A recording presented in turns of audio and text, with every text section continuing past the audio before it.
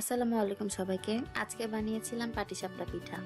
আমার খুব পছন্দের পিঠা এটা। চলুন শুরু করা যাক।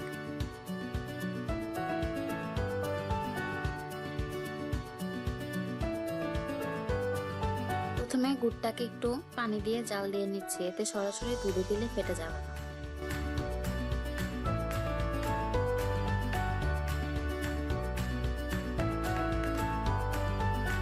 তারপর আমি 1 লিটার দুধ জাল দিয়ে নিচ্ছি ভালো করে। আমি বেশি ঘন করে নিই, তবে ঘন করে নিলে খেতে খুব মজা হয়।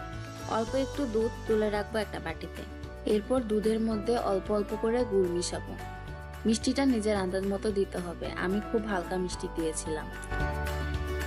এরপর তুলে রাখা দুধের মধ্যে অল্প একটু চালের গুঁড়া মিশিয়ে নিব। জাল দেওয়া দুধের মধ্যে চালের গুঁড়ার মিশ্রণটি দিয়ে দিব। আস্তে আস্তে নাড়তে থাকবো। দেখা যাবে যে মিশ্রণটি ঘন হয়ে আসছে। একদম ঘন হয়ে আসলে নামিয়ে রাখবো। একটু নরম রাখতে হবে, ঠান্ডা হলে আর একটু ঘন হয়ে আসবে। তারপর একটা বাটিতে চালের গুঁড়া নিয়েছি 3 কাপ।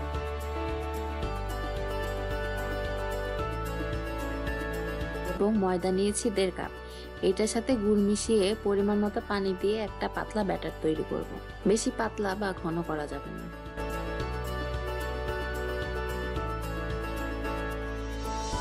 ননস্টিক তাওয়াতে হালকা তেল ব্রাশ করে নিয়েছি।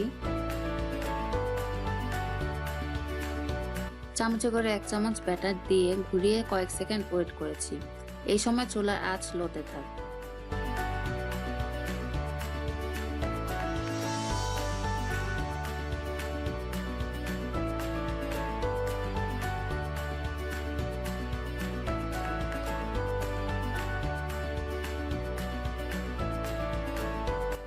তারপর দুধের পুরটা দিয়ে ভাঁজ করে নিয়েছি।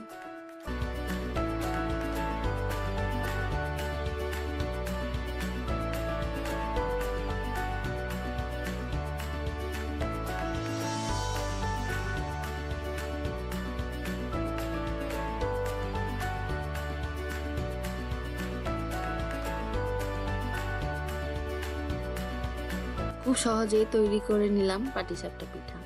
সবাই আমার জন্য দোয়া করবেন। আল্লাহ হাফেজ।